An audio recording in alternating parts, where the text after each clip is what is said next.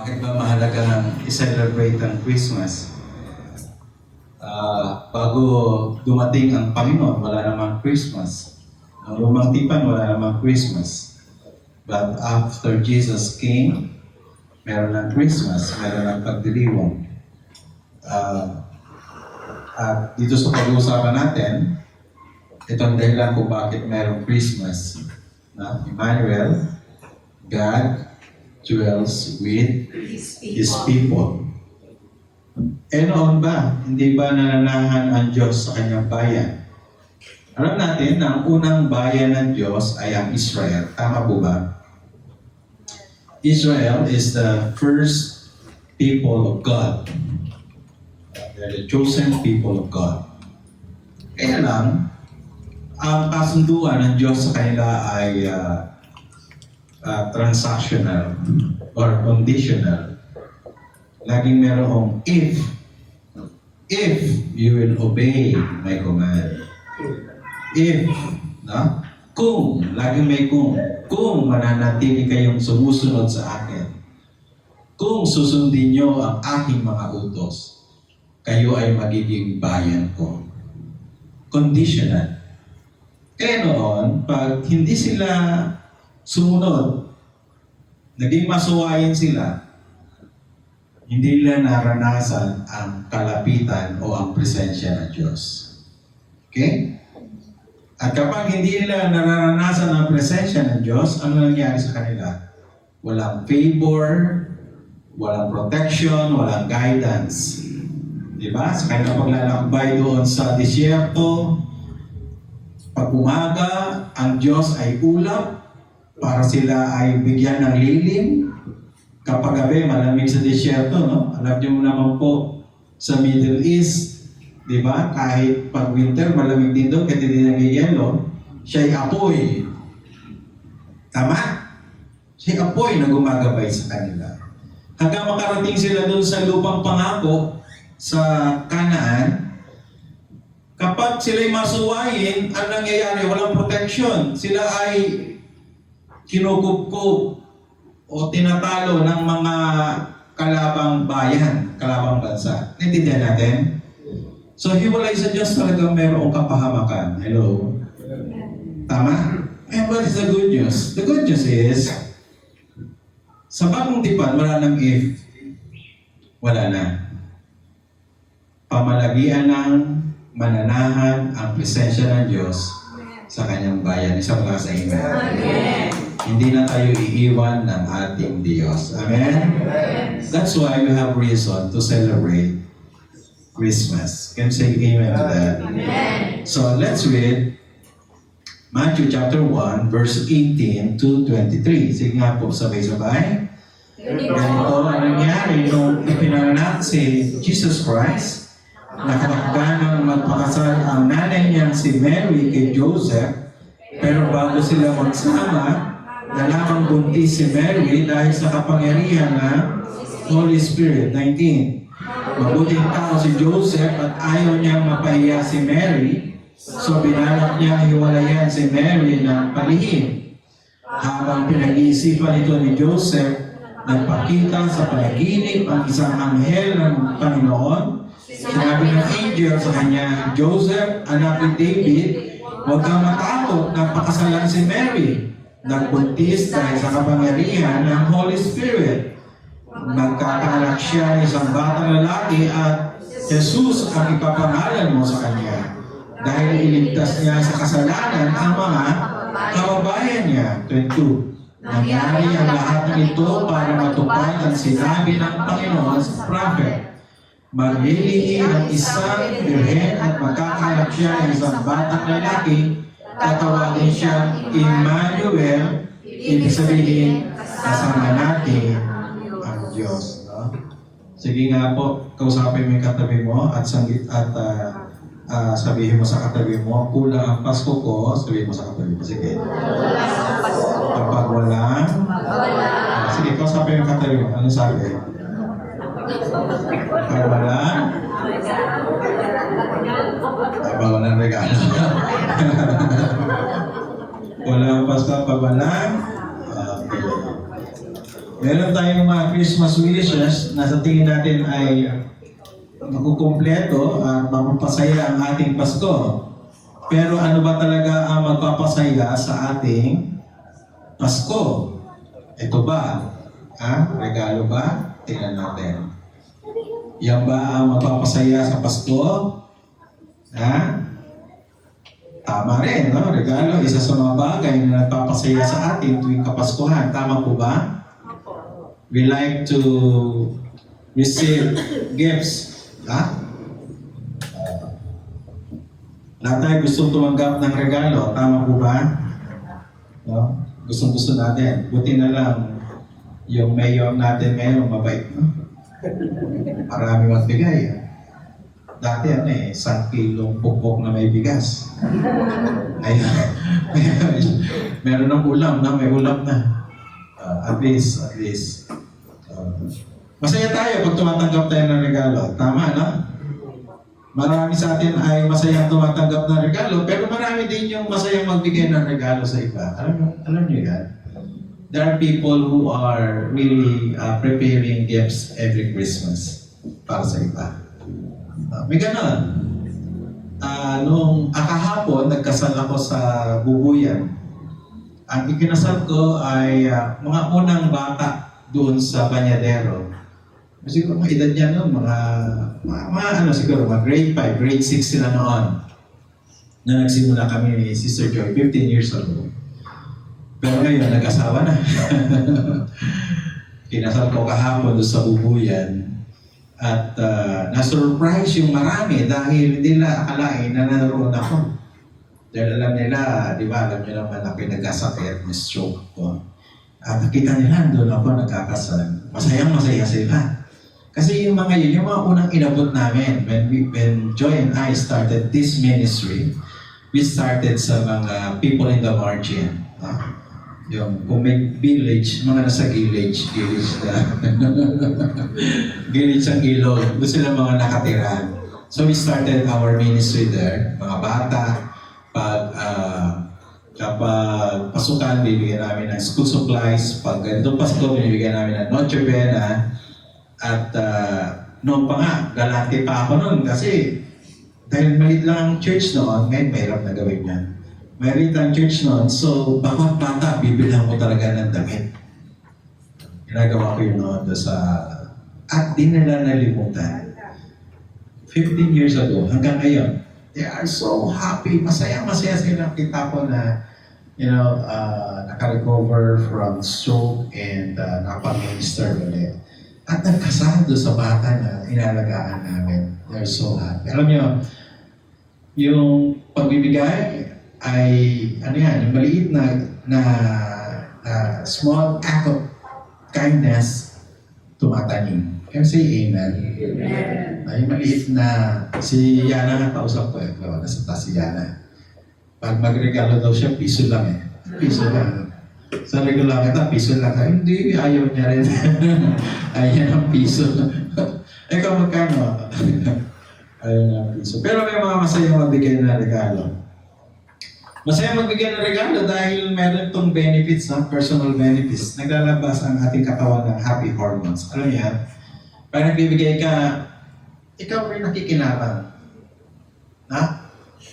Yung kapag ikaw ay isip mo laging tumanggap, malungkot kapag wala nagbigay sa'yo, malungkot.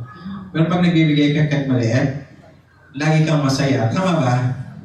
At nanatili yung joy, nanatili. Yung joy na may nabigyan ako o may napasaya ako. Kasi ang reward nung nagbibigay, yung smile nung nabigyan. Tama po ba? Yung ngiti nung nabigyan. So, maging mapagbigay. Pero nananghigit pa sa greatest giver of all time, and that is our generous God. Nananghigit pa sa Kanya. Kasi sabi sa verse 1, John chapter 1 verse 1, nang pasimula ay naroon ang salita ay kasama ng Diyos, at ang salita ay Diyos. Pero pagdating sa verse 14, ang salita ay Diyos, naging tao ang salita. Yung Diyos na salita ay naging tao at nanirahan sa piling namin. Nakita namin ang kanyang kalwalhatiang tunay na kanya bilang kaisa-isang anak ng Ama. Siya'y puspos ng kagandahang loob at ng katotohanan, no? God is the greatest giver of all because during the first Christmas, God gave Himself to us, wrapped in human body.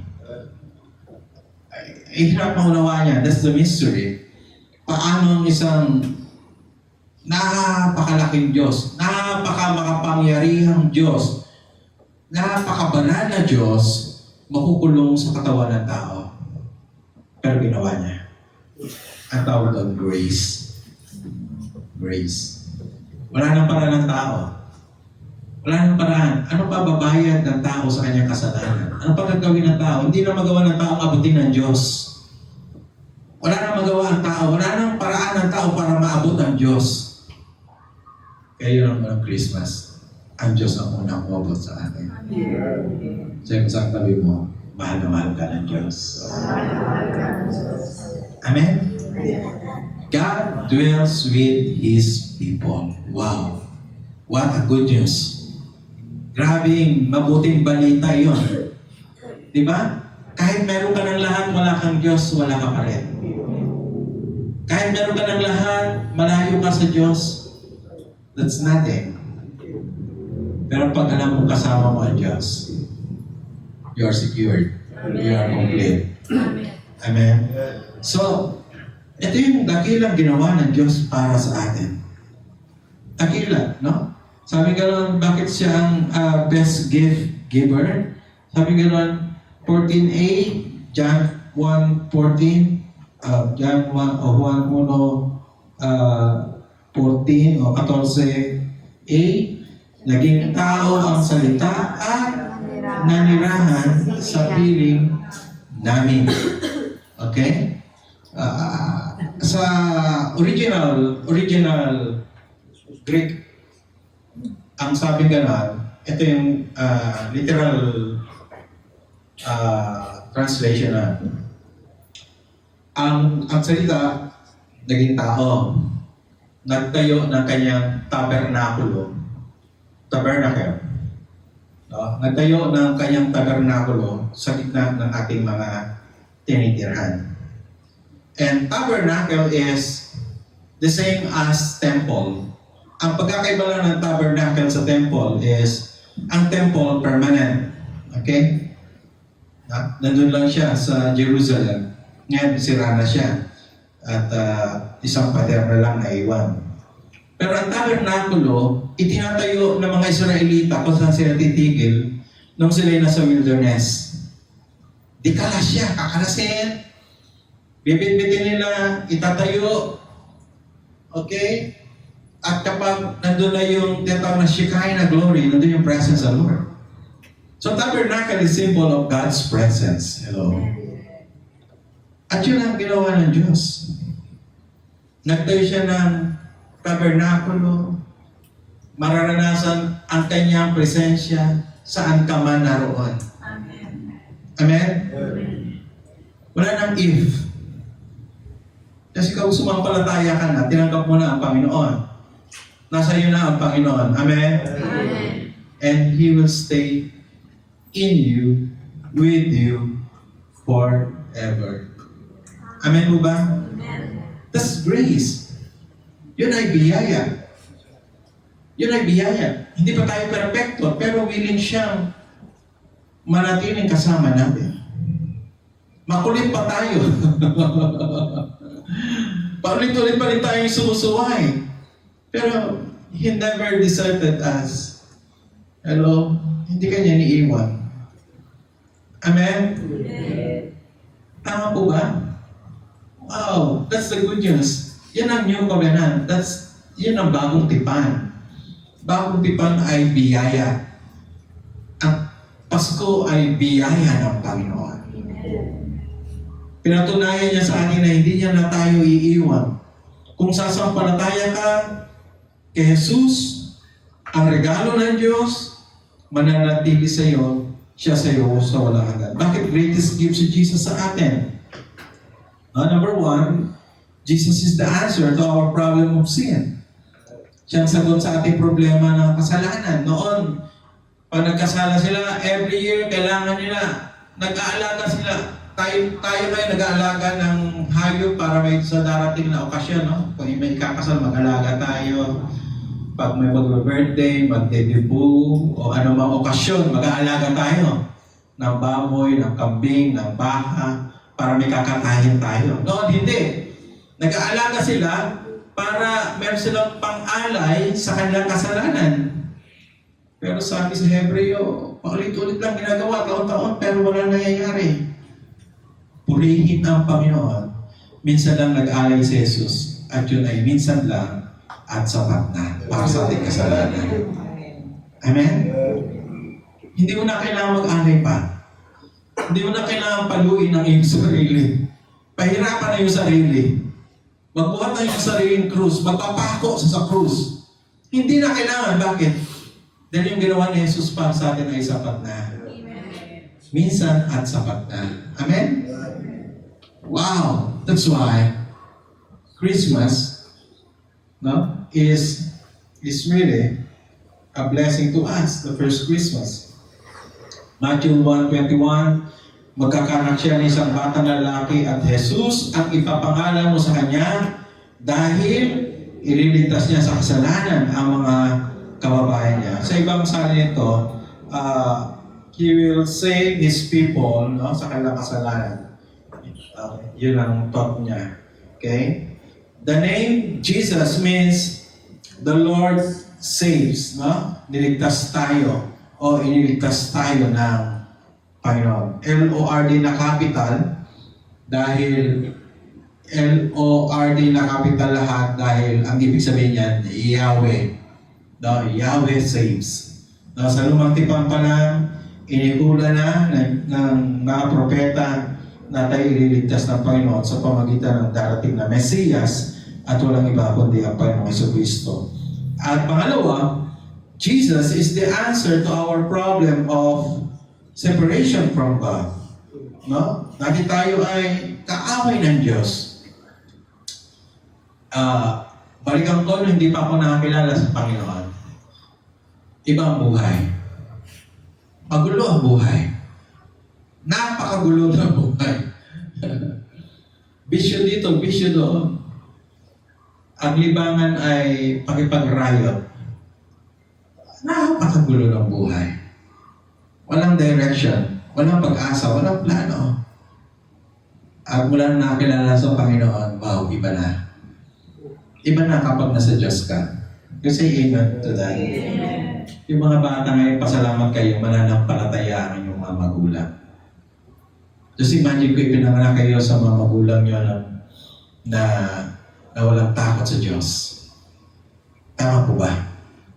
Pasalamat kayo sila ang naging magulang nyo, mga may takot sa Diyos. Tama po ba? Ang hirap ang buhay na wala sa Diyos, malayo sa Diyos. Ang mga hindi sumasampalataya, separated from God. Pero mga sumampalataya, nagpagkasundo na sa Diyos. Sabi sa Matthew chapter 1 verse 3, sige nga po, basahin natin ang malakas. Magiging isang birhen at magkakanak siya ng isang batang lalaki, tatawagin siya Emmanuel, ibig sabihin, kasama natin ang Diyos. The reason why the church is called as the reconciled people of God.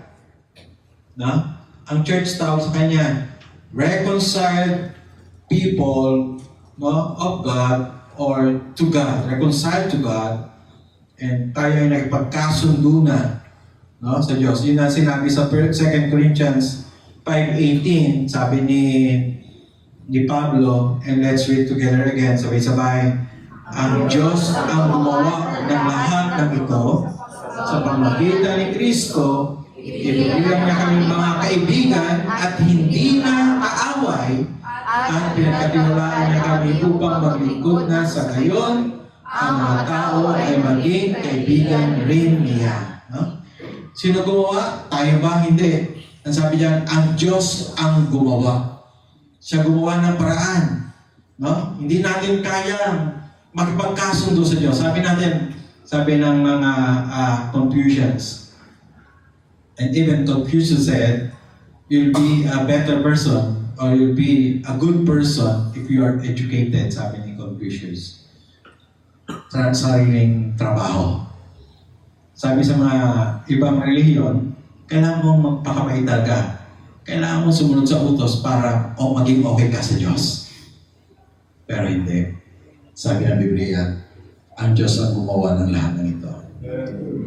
Anong ginawa niya? Sa pamagitan ni Kristo, ibinilang niya kami o tayo, mga kaibigan at hindi na kaaway ng Diyos. Amen? Dati meron tayong problema ng relasyon sa Diyos.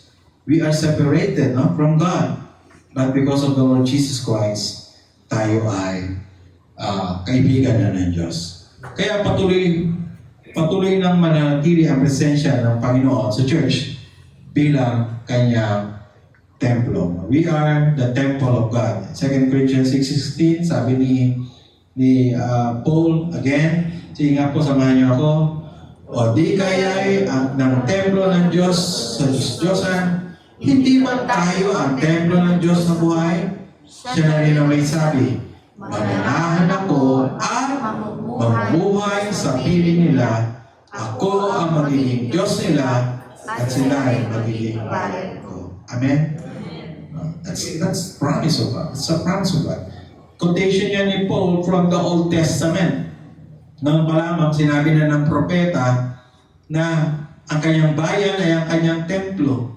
Na hindi na yung physical na temple sa Jerusalem, di ba? Kundi yung tao na, we are the temple of God. The church is the temple of God. Amen?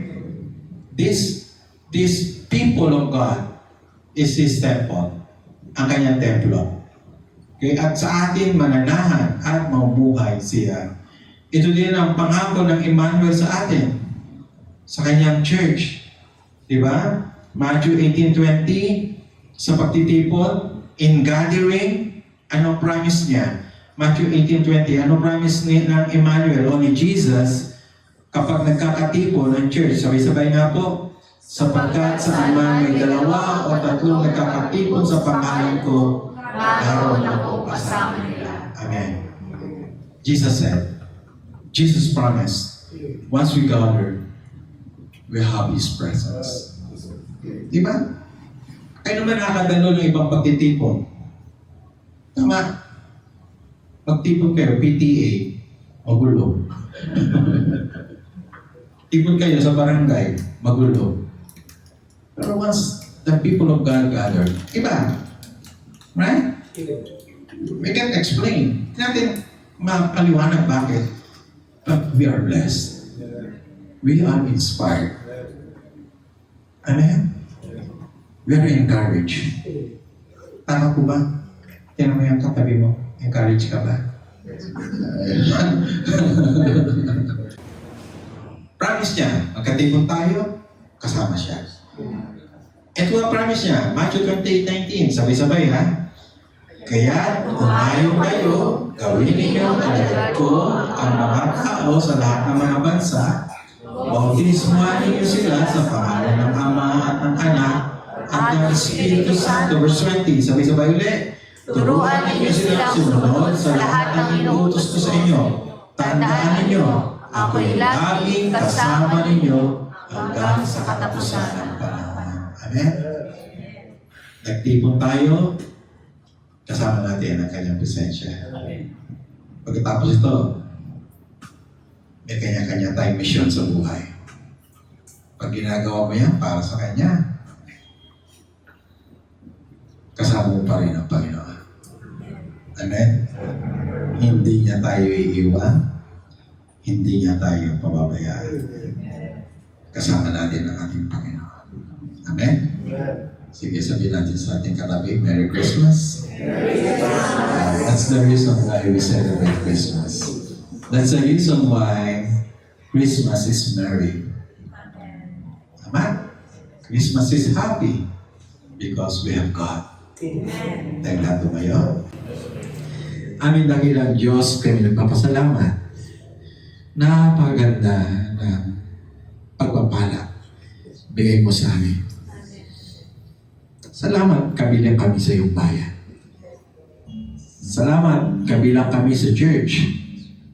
Salamat, may pangako ka para sa church.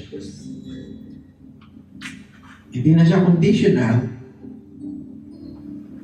dahil sa iyong biyaya. Kaya niyong manatili sa inyong mga anak na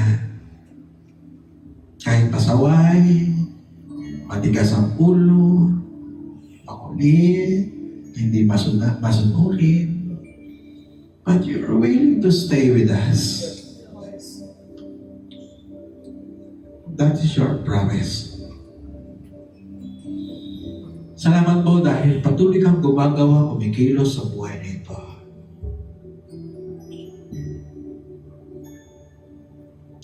Napakabuti mo kami, Diyos.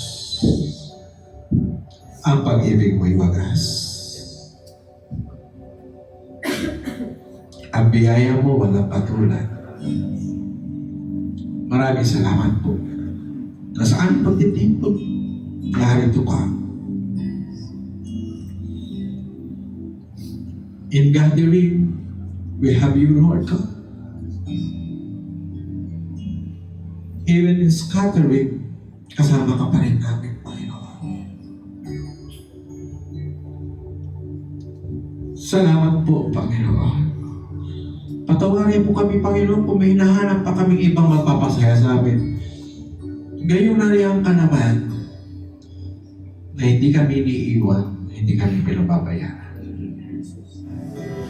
May mga prayers din kami sa aming puso, Panginoon. Silently, dinudulog namin sa inyo.